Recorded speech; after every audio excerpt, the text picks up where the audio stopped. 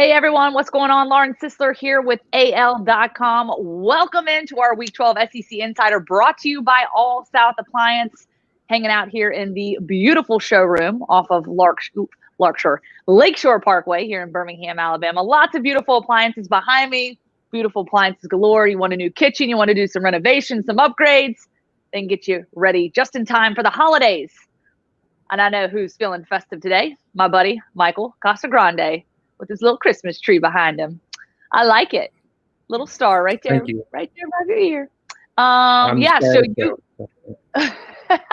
So you're still recovering from your trip to Baton Rouge because you tell us you decided to drop over to Cane's. How many times did you eat at Cane's while you were there?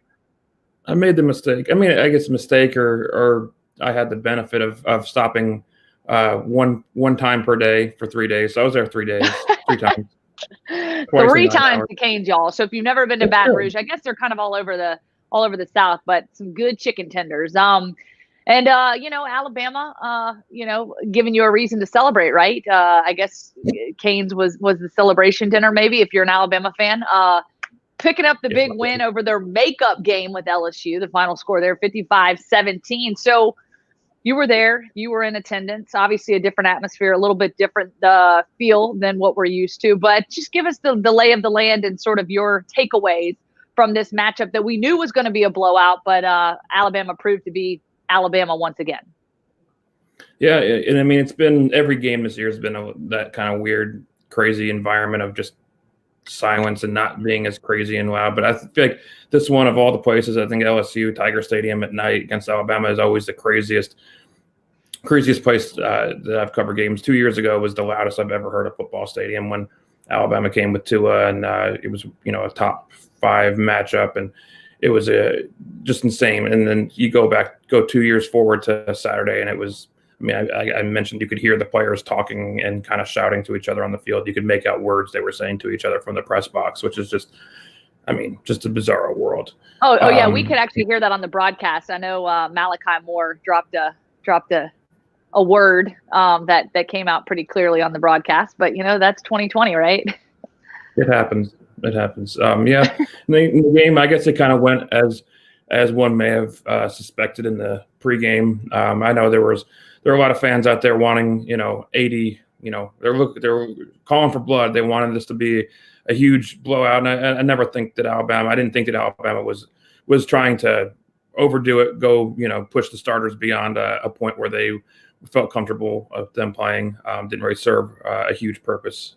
So 55-17, I think my predicted final score was 48-10, so it was in that range. But yeah, I mean, the offense is just about as efficient as you can get in the first half. I mean, scoring on the first 6 touchdowns in the first 6 drives, a field goal on the 7th to end the first half. So they were cruising.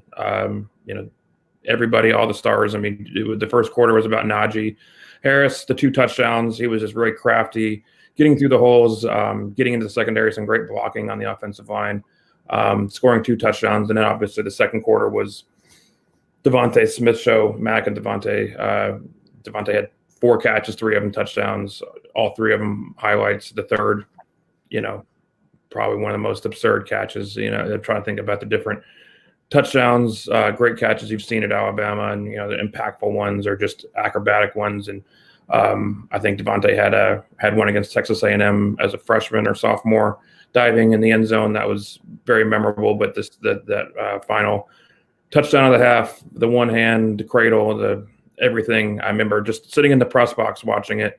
Yeah, here's the replay of it. From that moment when he let go of the ball, it didn't seem like he had any shot. You kind of looked down.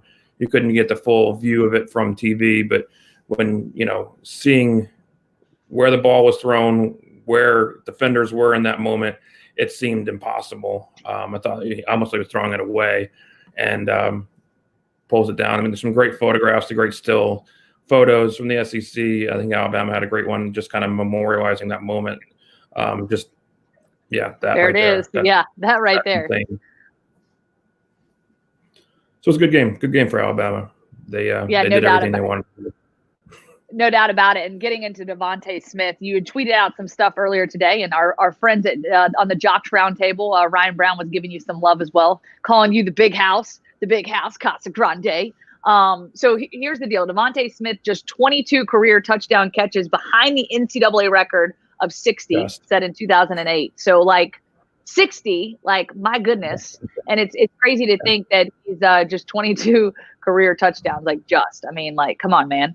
Wow. And then, of course, the next thing you had tweeted out, DeVonta Smith's 1,305 receiving yards lead the nation, and his 15 receiving touchdowns is tied for the national lead. So, DeVonta Smith, what else can you say about his Heisman hopes? Is it, in your mind, do you think he has a clear shot to contend, or do you think that it's just one of those situations where he's going to still lie in the shadows of the quarterbacks that are obviously at the top, which Kyle Trask and, Mac Jones being two of those quarterbacks?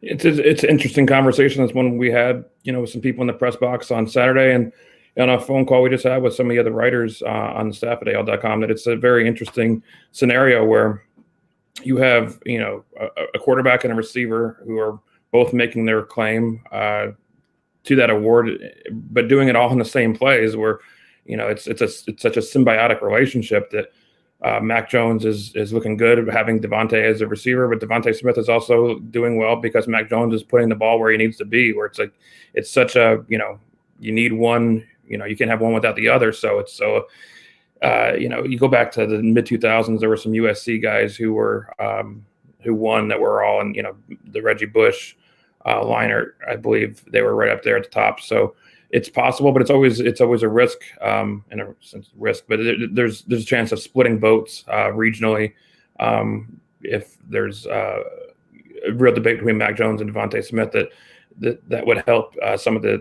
opposing candidates that wouldn't be splitting votes with teammates. Najee Harris is making a normal year, and any other year he might even be in the hunt as well. So it's an interesting debate. DeVonta, and we were just talking about it before, where does DeVonta Smith fit within the, hierarchy of the great Alabama receivers of the past decade, or plus going back to Julio Jones? He's arguably had some of the most, obviously the most iconic moment of this period, maybe ever, in the 2nd and 26 catch, and stacking up numbers, doing all kinds of things. He's athletic, he can jump, he can run, he's got great vision, great hands.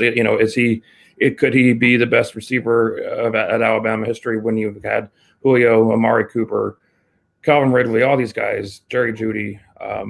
So there are a lot of interesting discussions. I'm sure the comments under this Facebook Live, YouTube, wherever, can fill up with all kinds of debates. But he's definitely made his case, even if he's not necessarily trying to plant a flag as the greatest of all time, he's definitely doing it on the field.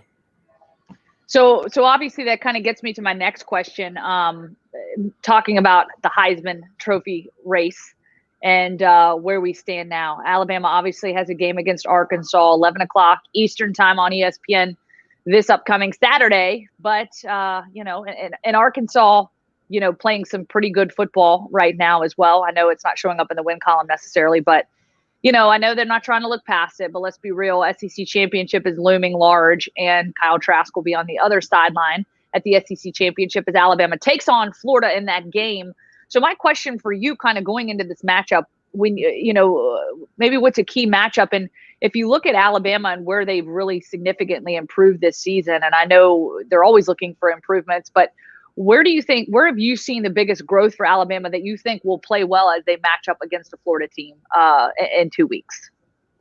That's an interesting question, because it's also, when you look at just the dynamic of this game, this Arkansas game, is I don't know if they've ever had a true lame duck SEC game in between clinching a division and playing in the SEC championship game, because Auburn, even if it doesn't count, even if they've already clinched before playing the Iron Bowl, it's still the Iron Bowl, and there's still a lot, there's something on the line in that game, obviously. So playing an Arkansas game at 11 o'clock in the morning on the road, it's an interesting motivational challenge, no matter who you are, to get up and play for that game when, you're already into the championship game.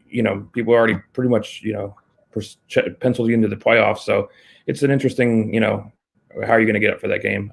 With Florida, I know they throw the ball and they throw the ball and they throw the ball. I think for all the touchdowns, I think Mac has 27 touchdowns, passing touchdowns. I think Kyle Trask has 38. So they throw the ball. Like Kyle Pitts is a monster receiver, tight end. So, I think the fact that they've improved the pass defense over the season has, since Ole Miss, since some of those early season games, that bodes better for them as opposed to where things were. Having to play them early in the season would have been a real adventure for Alabama's defense. So they're continuing to progress there. But I don't know. It's take it one game at a time, Lauren. We're not going to get too far ahead of ourselves with Florida. It's going to be rat poison. Interesting.